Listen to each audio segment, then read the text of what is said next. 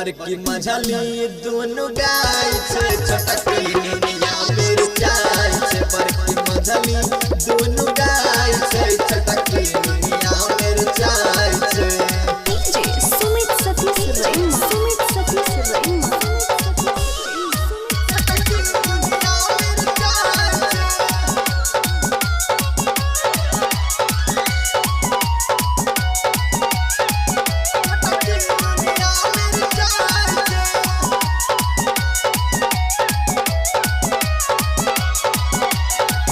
पहले पहले गेली तो हाल हलकेला सब्जी में 2 किलो मिर्चाई डाल का देला सब्जी में 2 किलो मिर्चाई पहले पहले गेली तो हाल हलकेला सब्जी में 2 किलो मिर्चाई डाल का देला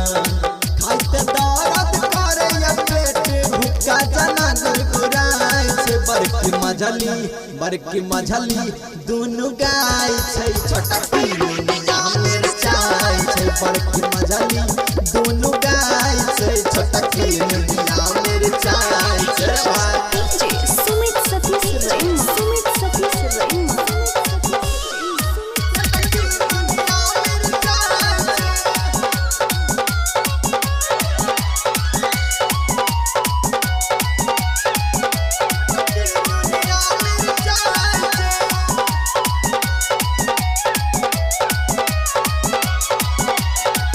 दूसरो बेर गेलो तबे जाति करलक भारी कुर्सी में देलक बोरा फेंकलक गारी कुर्सी में देलक बोरा दूसरो बेर गेलो तबे जाति करलक भारी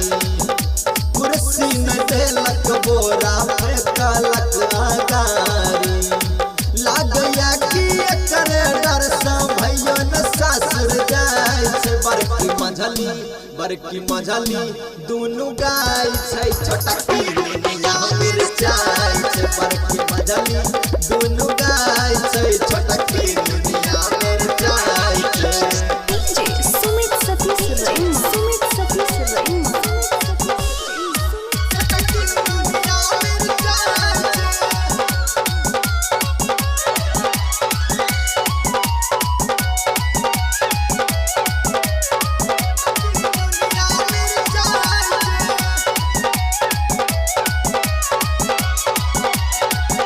की कहू रातिस भाइयों कते सताबे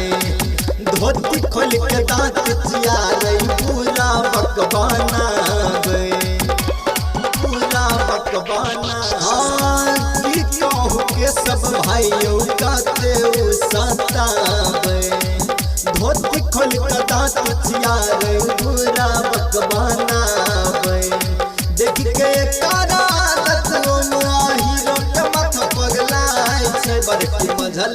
बड़की मझली दोनों गाय छे छोटकी